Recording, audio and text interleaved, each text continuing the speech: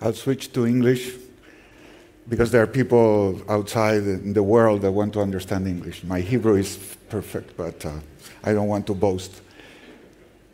There's a saying in the military community that amateurs talk tactics and professionals talk logistics. I want to go a level deeper and say leaders talk economics. So even though this talk is about the economics of business, it has first a lot of implications for the military, but that's not the reason I'm presenting here. Part of the interest I had in participating is that the long-term national security of Israel depends on its economics.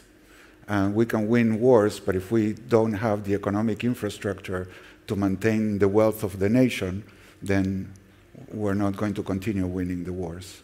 So I consider this also part of the contribution to the continuity of the Jewish people in the Jewish nation here in the land. So I'm really honored to be here. And as I told a lot of people, after October 7, I've been radicalized. So this is really the only thing that matters to me right now.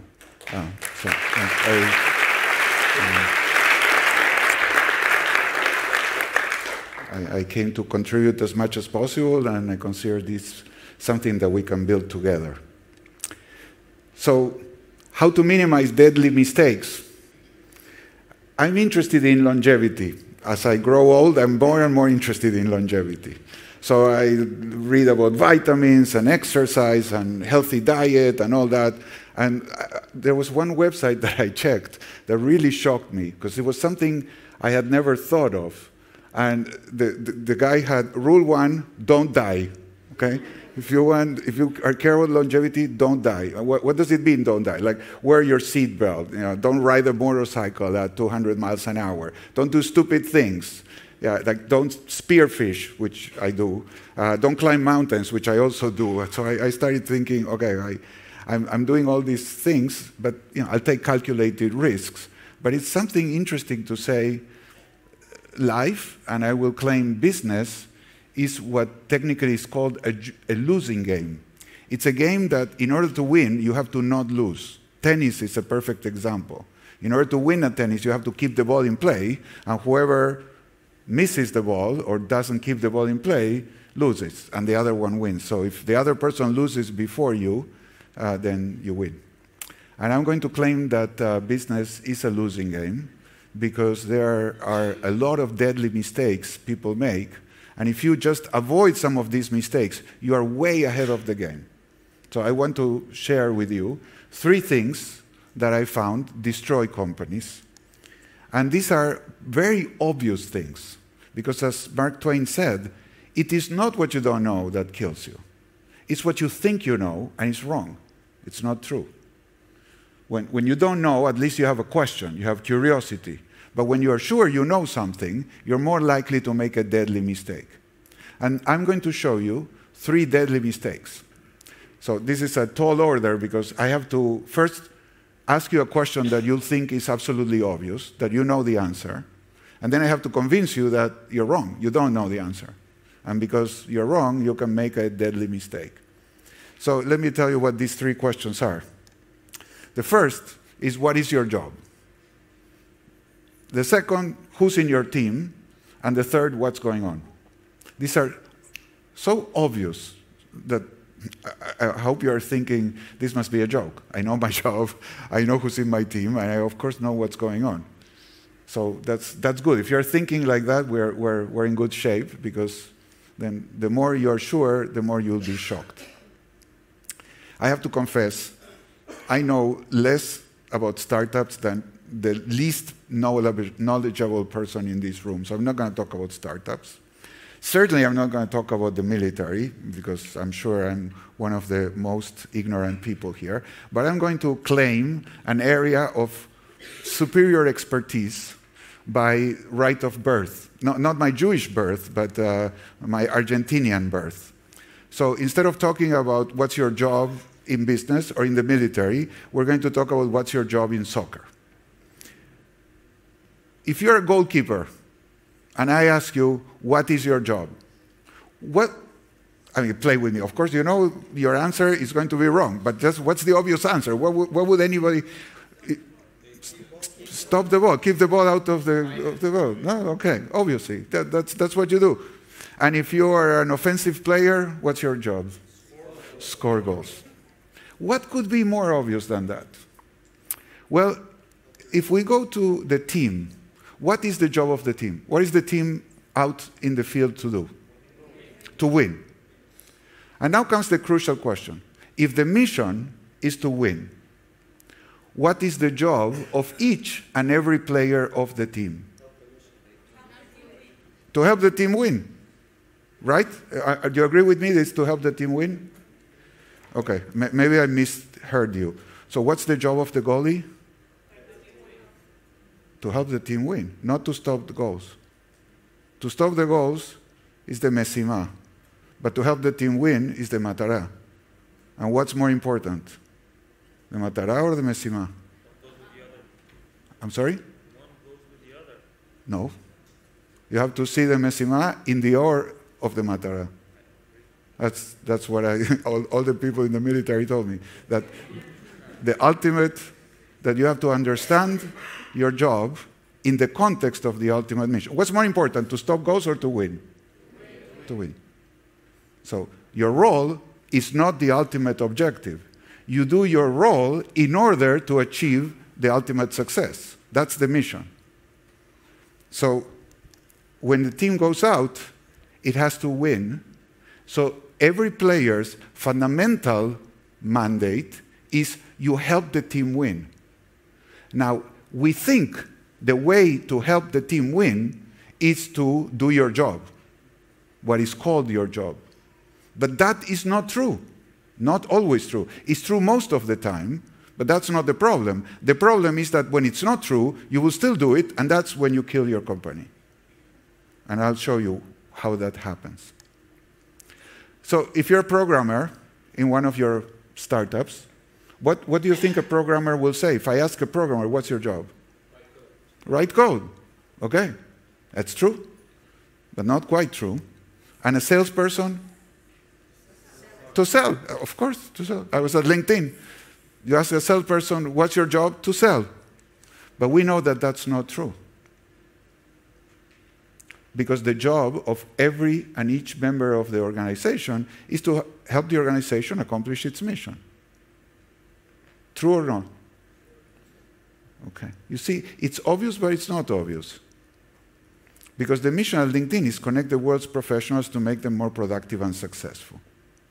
Now, you have a mission, and now everybody has to have a line of sight from their job, apparent job, to the real job, which is to help the company achieve its mission profitably. But now, if we go to the current situation, we have a problem. Because what is the mission? This is a three-part mission. And they don't go together. There are trade-offs between them.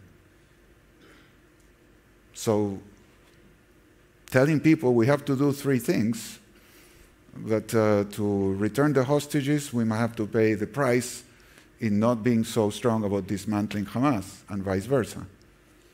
How do you trade them off? In real world, there are no solutions. There are only trade-offs. And when you have trade-offs, it's very difficult to decide what's the goal that you're pursuing. So this is why this is a tremendously difficult matter to resolve. Because it's not clear that when everybody does their job, the organization will work at its best. In fact, I can guarantee that when everybody does what he or she considers to be his or her job, the organization will not do the best. This is why. Because if you do your job, your real job, which is to help the organization accomplish its mission, you may get fired. You're not going to look good. Let me give you the example. In order to optimize a system, you have to be willing to sub-optimize the subsystems. This is math. This is not a nice verse. This is pure mathematics. The optimization of a complex system requires the sub-optimization of some of its subsystems. So even though everybody, what I told you so far, it's not a big deal. When I taught this to Jeff Weiner, the CEO of LinkedIn, then I make a joke. Sometimes I bet with people. It's like, I'll bet you $100 that in 1 minute I'll change your mind about your job. And at LinkedIn, that was like a very cute thing to do. So Jeff would go around betting with people. I'll bet you $1, you don't know your job. And he ruined my presentations.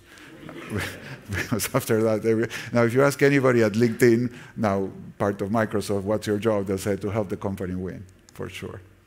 But let's go to the soccer again. And let's talk KPIs. What would be the obvious KPI for the defense? To prevent goals. If you're going to do management by objectives and you want to give people OKRs or KPIs, then you're going to give them, this is the obvious one. And for the offense, it would be to score goals. You said it, it's automatic. When you think of soccer, say, well, that's pretty linear. You win by making goals and avoiding being scored against. It's pretty obvious.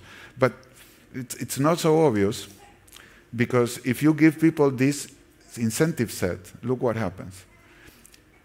What would a defensive player prefer in terms of their compensation, their performance evaluation? Where do they look better? When the team wins 5-4 or when the team loses 0-1?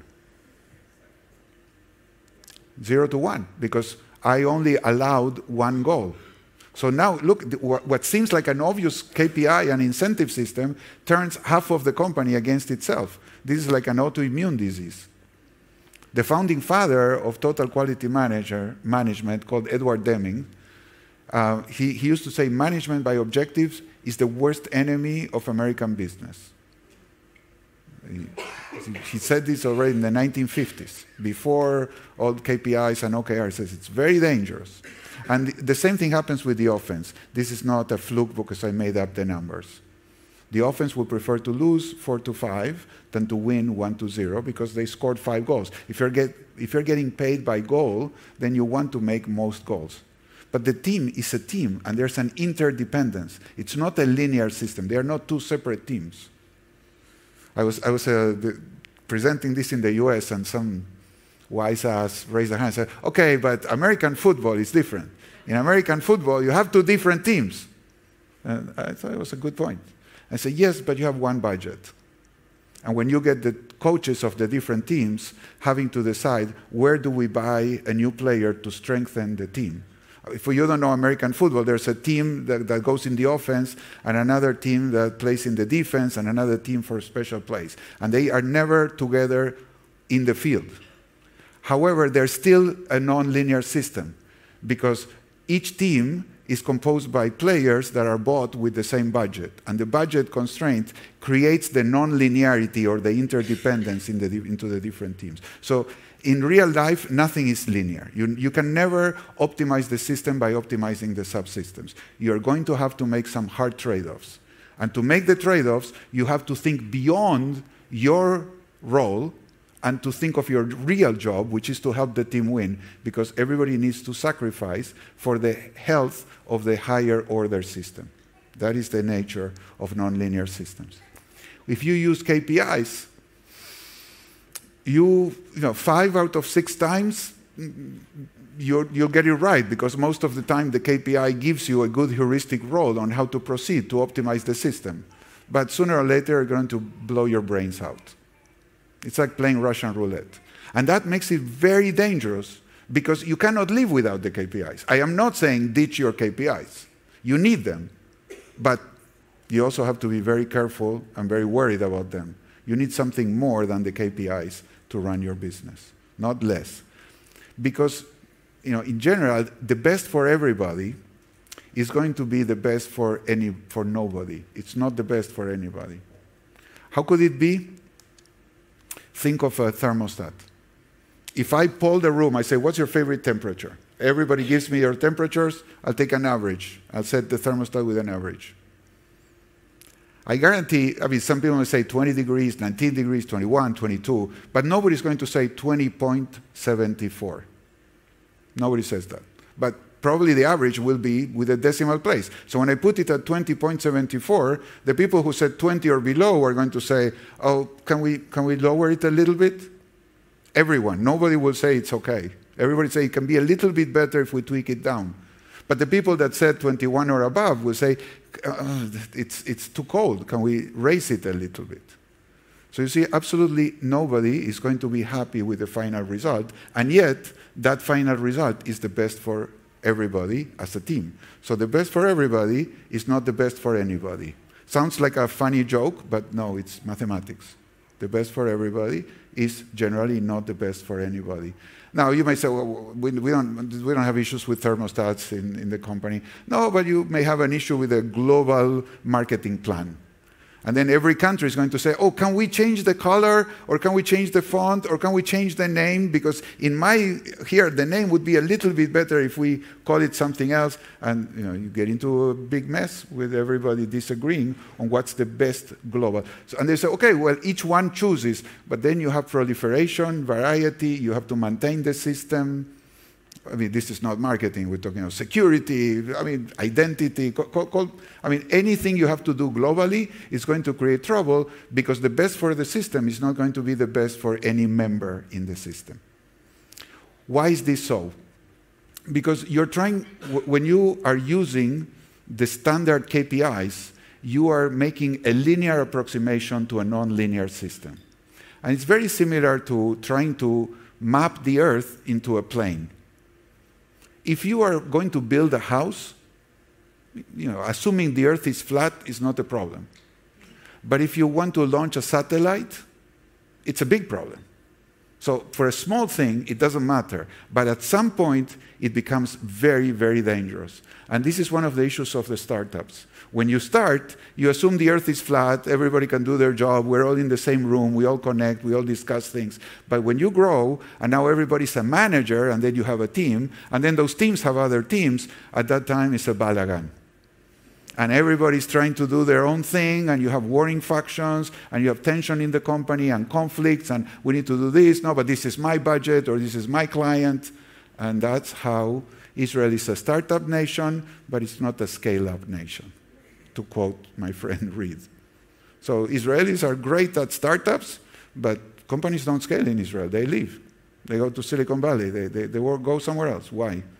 Something is not as good here as it is there. And one of the biggest problems of scale-ups is you cannot rely on face-to-face communication. Small teams work well in the military elite units, but then you need boots on the ground, the big army, as you say, to keep territory.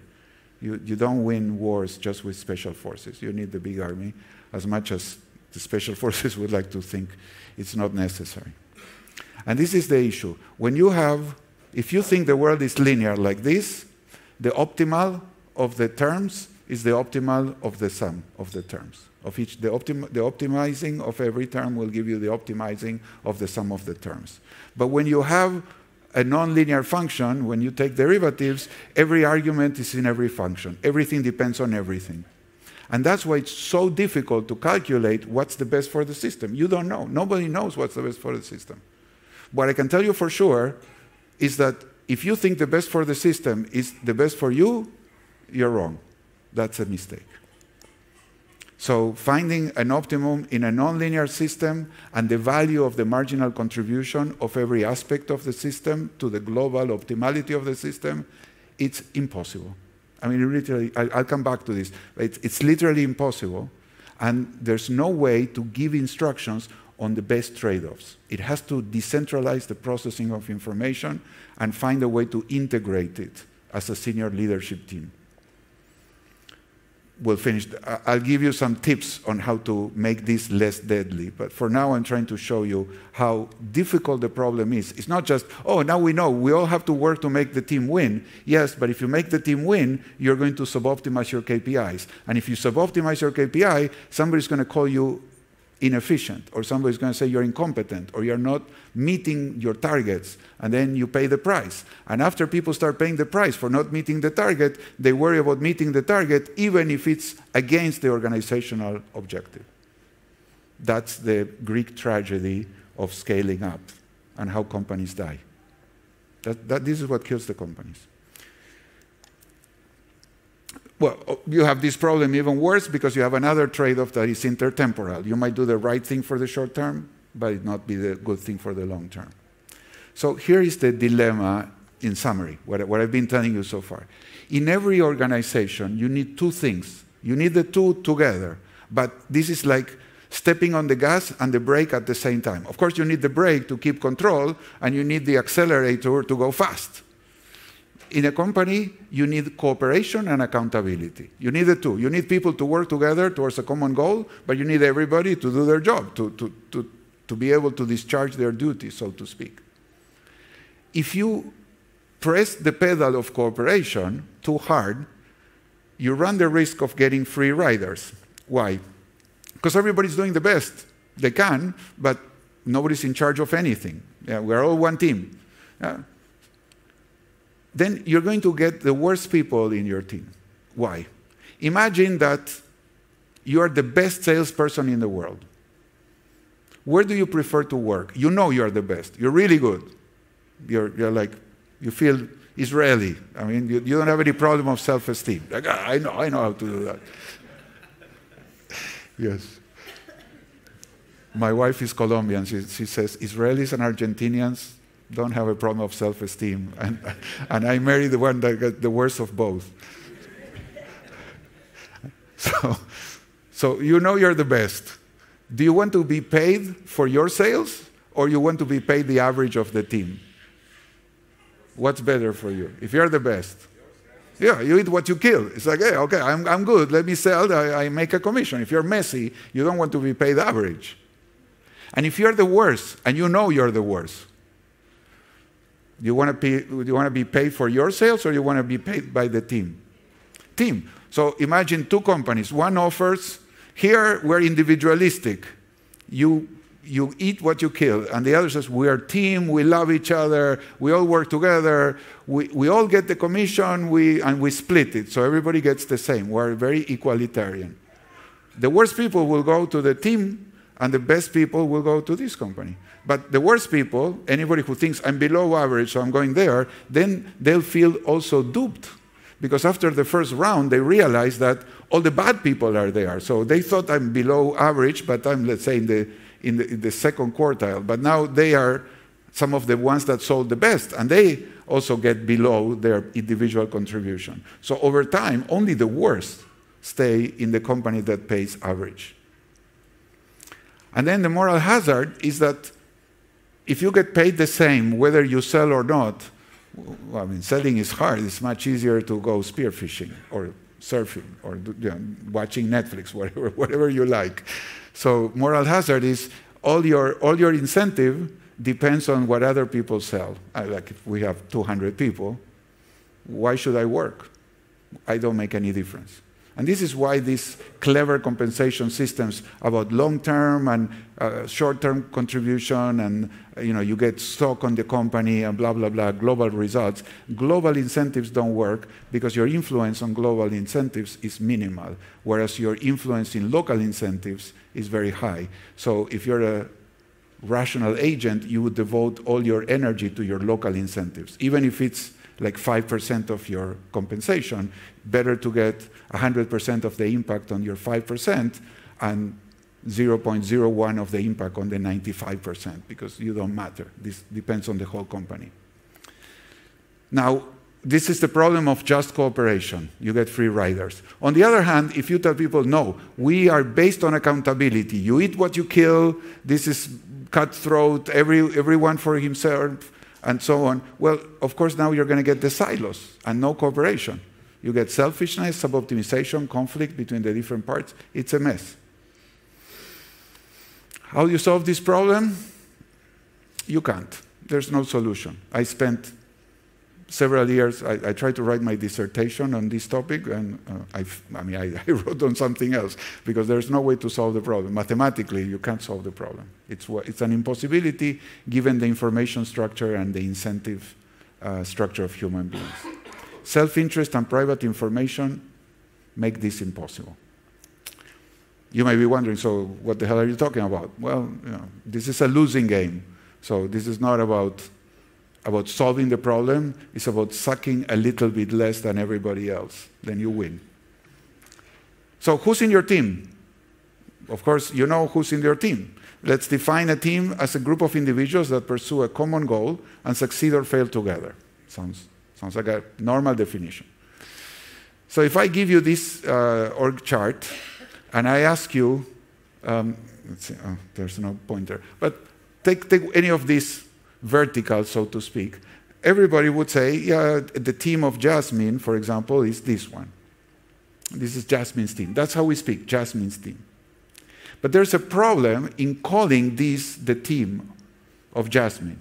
Why? Because these people pursue not the goal of the company, but they pursue a KPI. They pursue a sub-goal. And if you call Jasmine's team the people that pursue the KPI, what you're going to create is conflict in the company. So let's say the people from sales want variety. Every customer can get it the way she wants it.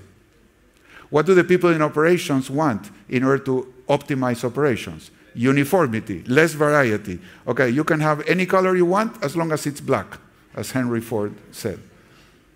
And the salespeople want rainbow colors. Okay, just 5 colors. You can choose your set, the order of the colors. But that makes operations unmanageable. But operations want standardization, which makes the product unpalatable. Which one is right? Well, they're both right, and none of them is right. But this is what happens when you think of the team as the function. The only team that matters is the team at the top. If you try to create grassroots teams, which is this, bottom-up, what you get is not teams, but you get a Congress. And I don't have to explain this to you because you can see how the Knesset works. This is the American Congress, or this is a Congress when they know the reporters are around taking pictures. And this is the Knesset without reporters. It's actually the Mexican Congress. This is a real picture of the Mexican Congress. Why? Because what is every person trying to do? Stay in power. How do they stay in power? Representing their constituency. So everybody wants to get more things for their constituency. Murray Rothbard, a great libertarian economist, used to say that every election is an auction of stolen goods. Vote for me. I'm going to steal from other groups and I'm going to give it to you. So I'm going to tax other people and I'll subsidize you. Any resonance with Israeli current? It's pure coincidence. Who knows? I've given this presentation way before the Haredi issue was on the table. So, but it's inevitable. It's inevitable. When you have a power to tax and subsidize, and every person is elected by their constituency, well, they have to represent their subsystem. And when everybody represents their subsystem, you destroy the system. It's called the tragedy of the commons. Nobody cares about the commons because you're all bringing energy to your constituency, so they elect you again. So who is in Jasmine's team, really? And Jasmine's team is not this. Jasmine's team is this. The company is built from the top down. The first team of the company is the leadership team because the leadership team represents the mission of the company. So it has to start at the top. And if the leadership doesn't work together, the rest of the company will fall apart. And everybody is going to start bonding with their people. In fact, the only person who is not in the so-called Jasmine's team is Jasmine. Jasmine's primary team is the team into which she reports, not the people that report to her. But that goes against human nature. Human nature is you bond with the people that report to you. These are my people. And they think you are their leader. And if you don't do that, they will think you're throwing them under the bus. This is the expression in the US. Oh, you're throwing us under the bus. Why are you giving up the budget? Why are you giving up the promotions? I mean, you have to, like the team tells the leader, you have to go to the leadership table, just like representatives go to the complex, to the Congress, to protect our interests. That's how companies die. That's how countries die. You see? It's math. But it goes against the grain of our understanding. So, unfortunately, You say, so what do we do? Do we have to run a socialist economy? I mean, do we have the team at the top tell everybody? Well, maybe that's the solution, but no. No, you can't do that. Why? Because the last question that most people get wrong is to think they know what's going on. We are all deluded into believing what's going on. So suppose that, somebody walks in the room and says, what's going on? I say, oh, I'm giving a talk. And now suppose that, the police kick the door and come in with weapons. What's going on? I say, nothing. Well, what's true? Nothing is going on? Or I'm giving a talk? Well, they're both true, but it depends who's asking and why. I will have a different answer. If maybe a person from Monday comes in and says, oh, what's going on? Oh, this is Fred's conference about optimizing the system and not the subsystems. The question, what's going on, is not obvious at all. This is reflected in the story of the 5 blind men and the elephant. There are 5 blind men trying to discern the nature of the elephant, and they're fighting. One of them says, the elephant is like a column. And the other says, no, the elephant is like a wall. So they're arguing. Is it like a wall or is it like a column? And yet another one says, no, you don't understand. The elephant is like a snake. And so on and so forth. And a person that sees tells them, you're all right and you're all wrong. You're all right because the part of the elephant that you're touching is the way you describe. But the elephant as a whole, it's not.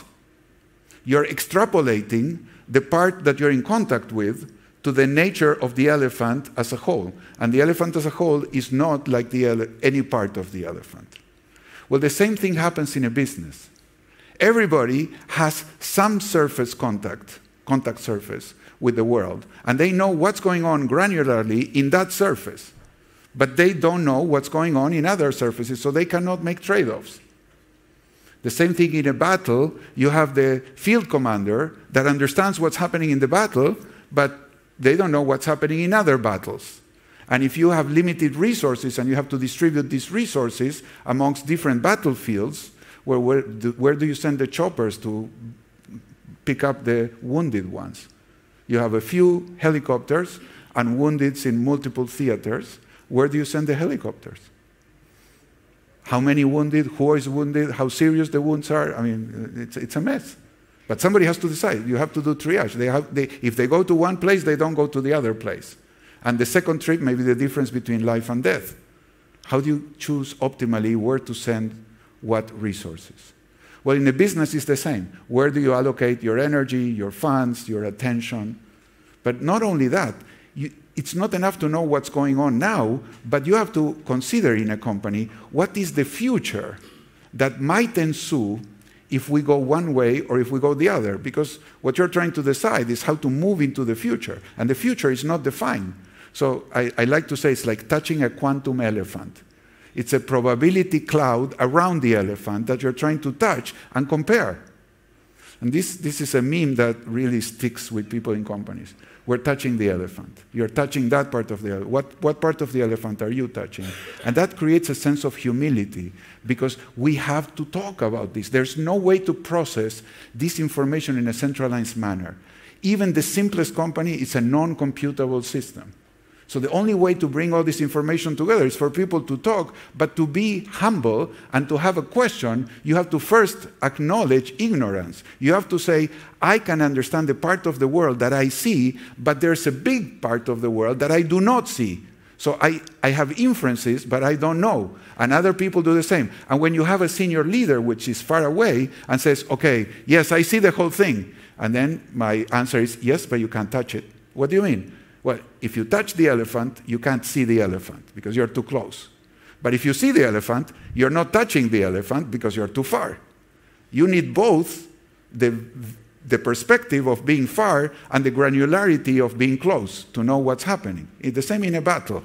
You can lose the battle because the generals are giving you great ideas that are impossible to implement, or you can lose the battle because everybody's doing tactics, but there's no strategy and no complementarity between the different battlefields. The same thing happens in a company. It's a mess. I won't go into this, but even if you had robots, no incentive problems, just this problem of managing the information would be enough to destroy the organization. That's why socialism fails. Without marketplace, socialism cannot work. It's very complex, and it has to do with the non-existence of capital goods prices. Without a market for capital goods, you cannot make rational economic decisions. But I won't get into this. Now, this is one of my favorite quotes. No battle plan ever survives contact with the enemy. What does this entail? All your priorities are bullshit. Priorities are worthless because decisions are never about total priority. Decisions are always at the margin. So, for example, now our priority, we could say, is this talk, exchanging information, having a conversation. But if a fire breaks out, that's not the priority anymore. Now the priority is to get out of the room. And well, but long term, it's bullshit. The only thing that matters is what do we do now? And to make trade-offs in the moment, you cannot rely on priorities because, as my other favorite philosopher said, everyone has a plan until they get punched in the mouth. You have a plan, you have priorities, and then life punches you in the face, and all your priorities go to hell. And good luck with your plans. So Dwight Eisenhower, who was a military leader, but then he became president of the United States, used to say, plans are useless, but planning is essential. So planning is the activity. The plan is useless, but you have to be in the planning conversation to actually create a shared image of what's going on, what is our mission, and how do we get from here to there. And that never ends. You cannot solve this problem. That's a management problem, step by step by step. And every time you take a step, life punches you in the mouth, and then you have to do it again and again and again. So what do we do? I use this phrase of Lao Tzu, the soft overcomes the hard, and the yielding overcomes the resistant. It's a fact known by all, by practice by few. I studied mathematical economics. I thought I could solve these problems. And after all my career, and 30 years later, I can tell you, the hardest problem, this is what I told you is the hardest problem that I know. It's a problem in information, it's a problem in incentives. I studied as comparative economic systems. Now, why socialism cannot work, what's the value of capitalism? Okay, you have a price vector, it will give you global information as a local agent, but inside the company, you don't have price vectors. There are no prices. There are no internal markets in a company. So you don't have this information. How do you solve it? The hardest problem has a soft solution. You have to talk. And then I joined the circus. So now people think I'm an HR or organizational design consultant. I never studied that, but you have to talk. Why? Because the solution is to be less awful than everybody else. And this is the story of the two hikers that meet the bear, and one of them starts changing his boots for running shoes. They says, what are you doing? I'm going to run. Well, you cannot outrun the bear. That's the problem. I don't have to. I only have to outrun you. So this is the same. You cannot outrun the bear. You're not going to solve the problem. But the good news is you don't need to. You only have to do it less awful than your competitors. And this is true in business. It's true in the military. It's true as national security. It's always true. Everybody is awful at this. Humans, we're not set up for this. And AI is even worse. So I don't even want to get started with that. Now, AI is not even in the game. But it's a different talk. So I would say the answer or the amelioration of these devastating, deadly problems comes from leadership. Leadership is the inspiration to get the internal commitment. You cannot do this because somebody tells you, because nobody can observe if you do it. You have to get the internal commitment of the people, guide them, and hold them accountable to accomplish the mission as one team. This is my definition of leadership. This is what a leader does. And it's based on this principle of human energy, that 10% of the energy comes from compliance and 90% comes from commitment. That's the source of human energy. If you want human energy, you get the best of people because they want to give you their best. You cannot get the best of people because you have a clever incentive system. I learned this from my kids. These are not my kids, by the way. This is my mission with my kids, which I failed miserably to accomplish.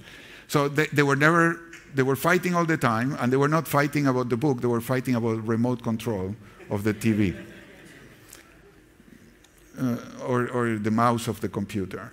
So what did I do? I followed the incentive structure I learned at home. My dad had a great incentive system to make us read. He would take the cable of the TV. So I took the computer, I took the laptop, say, until you read, no computer. And I got my children to read. It works. I mean, if I want to make my children read, I made them read. I succeeded. But as they were reading and cursing me under their breath, I realized with horror, I did not want my children to read. What I really wanted was my children to want to read. It's a totally different, it's one word, but it's a different problem. If I want my children to read, I know what to do. But if I want my children to want to read, that's the leadership problem. I have no idea. So I said, until you want to read, I'm not giving you the computer back. And they said, yes, Daddy, we want to read. I said, prove it to me, read, and then I'll give you the computer back. So we're back. I mean, no way. You cannot do it. Why? Because you cannot buy love. You cannot buy engagement. You cannot buy commitment to the mission. You cannot pay for it. If you pay for it, you prostitute it, just like love. So it's impossible to solve this problem with KPIs, incentive systems. It just doesn't work. And that's what makes it super interesting. You need inspiration. You need a commitment to a vision. People wanting to subordinate their subsystems to the good of the system. It's a great story when President Kennedy went to NASA and he crossed paths with a custodian. This is a true story. And he asked the custodian, what do you do? He said, I'm helping to put a man on the moon, Mr. President. That was the pride of this guy. It's a real story. And that was the culture at NASA. Then it evolved, and you have Challenger and other things, which happened precisely because of this sub-optimization of the subsystems. If you want to read about it, there are the great studies of why NASA's culture devolved into a disaster. So the answer is always the same. We need to talk. Whenever we have a problem, we have to talk. We have to talk. We can't solve this cleverly with a computer or anything. At the end, it's human beings getting together, trusting each other, having a common mission, going back to basics. I mean, you read the Bible 3,000 years ago, it's still the same problem. We haven't changed fundamentally. All that wisdom is still very real. And this is a book by Special Forces, one of the creators of Delta Force in the United States.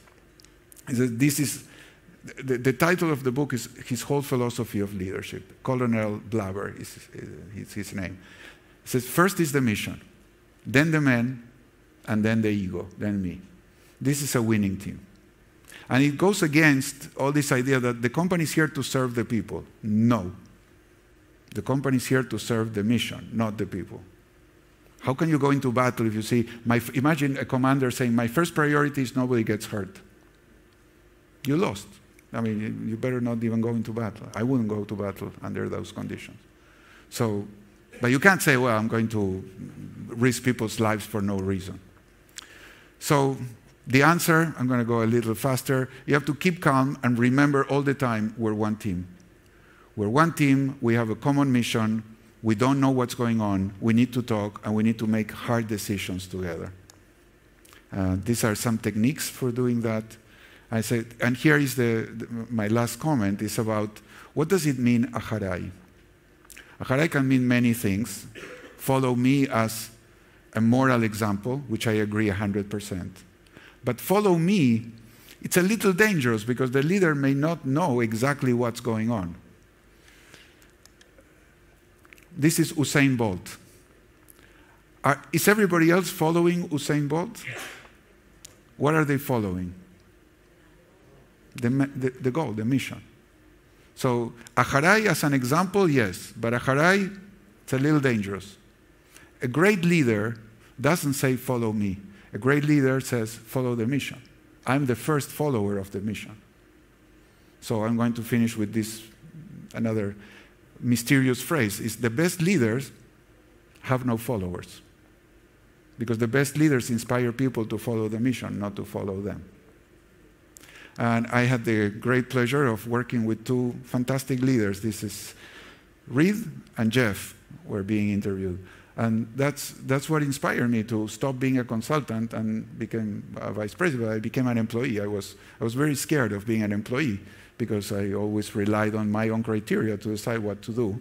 But I discovered that I could do a lot more being part of a larger organization than by myself. And this is the essence of extraordinary leadership. It's not asking people to surrender their egos. So this is not about being selfless. It's by redefining the notion of self to be part of something bigger. So it's being selfish at a higher level. And I hope that you can consider that idea. So you're not asking people to shrink to be part of the team, but you're inviting people to have a larger mission and to see themselves in a larger light. And to take this back to where we started, that's where I think all of us can have, at least I feel the pride of working with you here in Israel to say, okay, we have a larger mission. Yes, we want our businesses to succeed, but there's something way beyond what we are doing every day, which has to do with some project that has thousands of years. So thank you for inviting me to participate.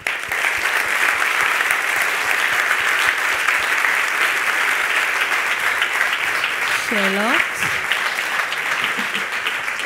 So we have a little time for questions. Yes. Questions.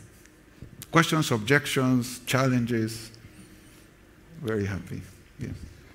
Hi, my name is Roy. Thank you for this lovely speech. I just want to ask, it usually goes one with the other. When a healthy CEO or a healthy leader has a mission, obviously it's for everyone. When he's hiring an employee, the employee is joining the mission, joining the cause. But by joining the CEO's cause is joining the company's cause. And so the one goes usually always with the other. Acharai, I recently came back from reserve, so I trust my commander because he doesn't want me to get hurt, because if I'm getting hurt, the mission will probably fail because he's losing a part of the team.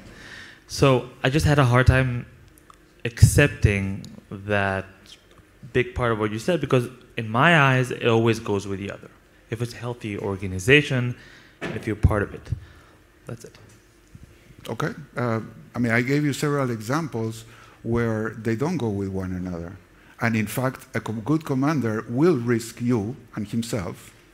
And I learned something talking to commanders in the Israeli army, because I always thought the leadership is from the front. But that's not the doctrine in the Israeli army, according to what they told me. You lead from wherever it's necessary. Sometimes you lead from the front, sometimes you lead from the middle, sometimes you lead from the back. And if the leader wants to lead from the front all the time and they get killed, it's a lot worse for the unit than if one of the soldiers get killed. So it's not an obvious question who goes first.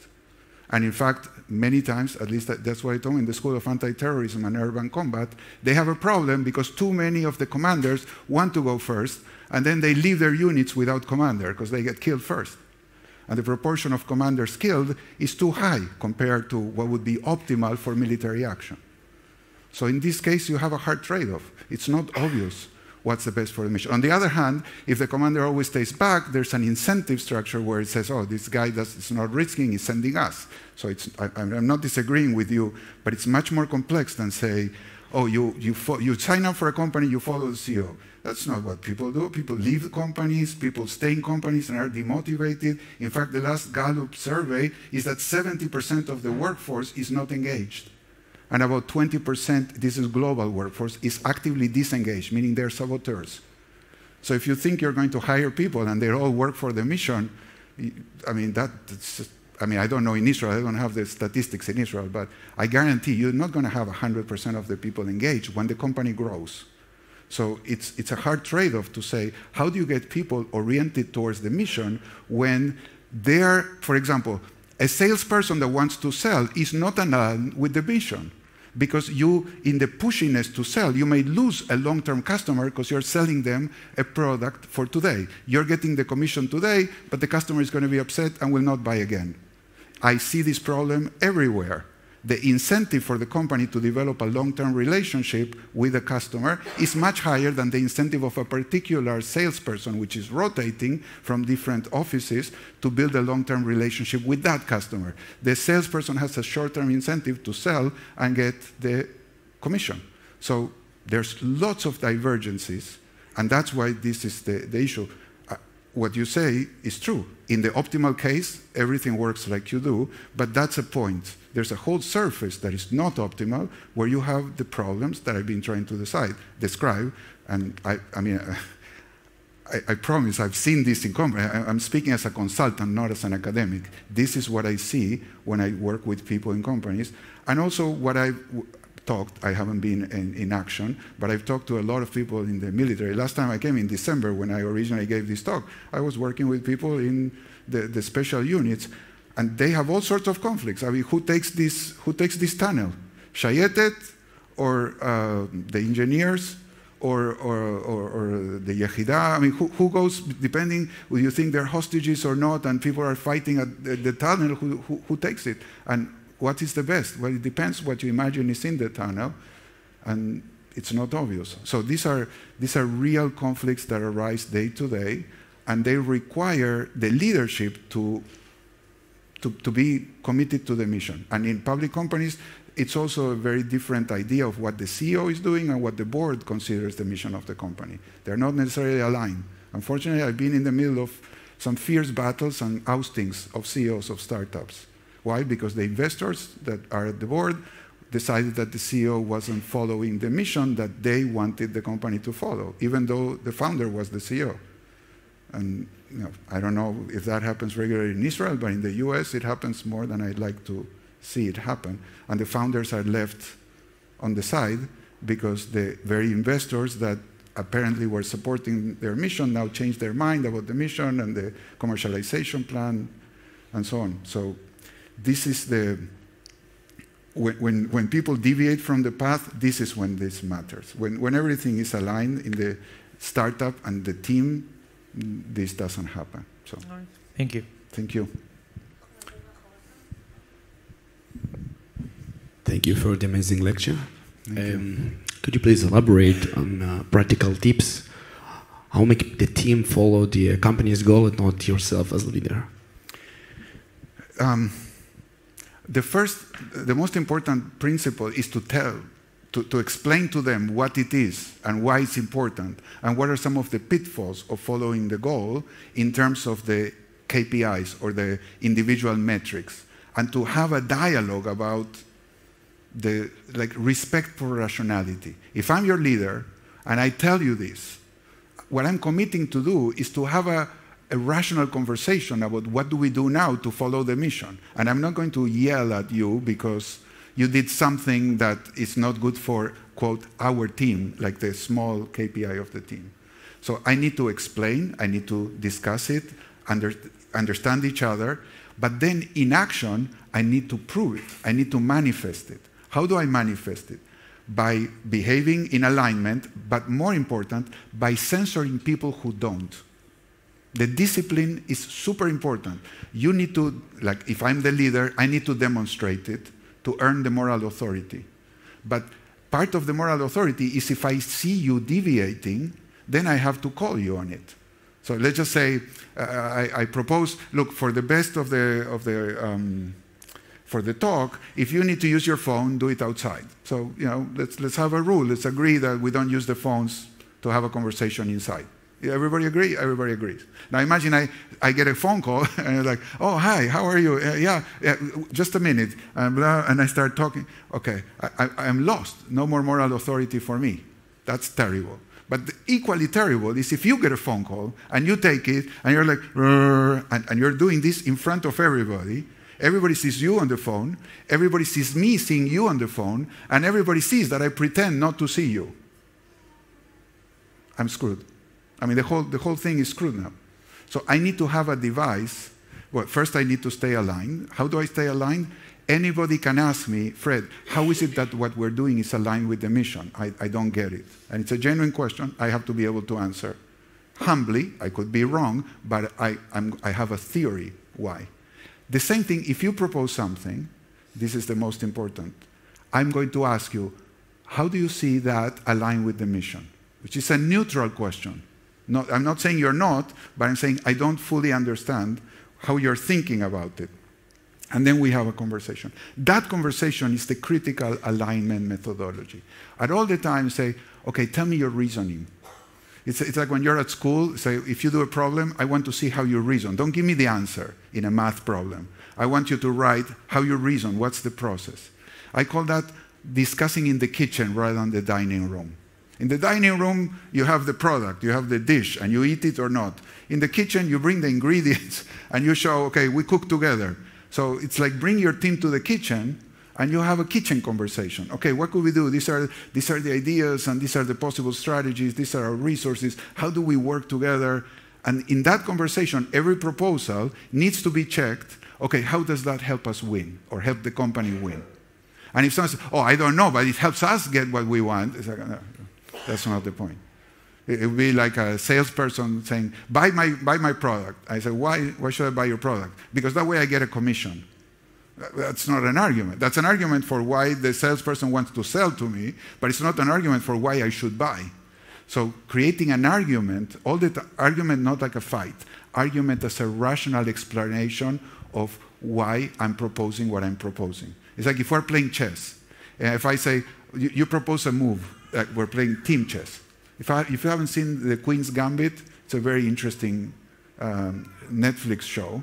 I think it's Netflix, no? Yes. Yeah, but the crux of the show is teamwork.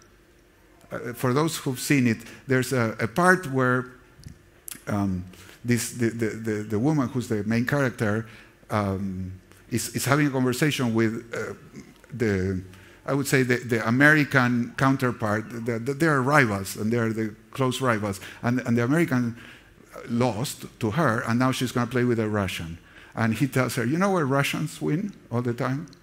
Because they play as a team. When someone is playing, all the others are helping analyze the game. Americans never do that. I'm not going to tell you what happens, but there's a shift. And all these kids that she had beaten, instead of being resentful and envious, they become her team. And they analyze the game, and they are discussing the game at night, because it's a game that gets deferred to the next day. And imagine we're having the discussion about how should we play, what should we do? And you propose a move. And I say, okay, why do you propose that move? Oh, because I love playing with the queen. What? Yes, I just like moving the queen. You know, it gives me a rush. It's like this so powerful piece, the queen goes, and then it's, no, but I think, you know, the horses are better. I like jumping with the horses. That's not how you play chess. There's only one reason to make any move. Why? Because out of all the moves I see on the board, this is the one I believe is the most likely to win. And it's not a good move, it's the best move, because you only have one move, that's the constraint. So we have resources to make a move. What move shall we make? The one that's most likely to win. How do we calculate likely to win? Well, you have the rules of chess, possible strategy, but the same thing happens in a company. It's a lot more complex, and you never know all the rules. It's an open environment. But what matters, to answer your question, is the discipline engendered by the conversation about the rationality of the proposal. So having always this open space, why do we do that? Or why do you propose that? What about this? And then we're all thinking towards the mission, and there's no, let me put it this way, there's the psychological safety that everybody can contribute, but psychological safety is that we're going to accept your point of view. Rationality is, more primary than the desire to please everybody. So no, we only make one move, and every other move you're going to leave on the table. But the respect of the conversation is what creates the discipline and the commitment. Thank you. Thank you. Last question. Yeah, we have time for one more. Time for one more.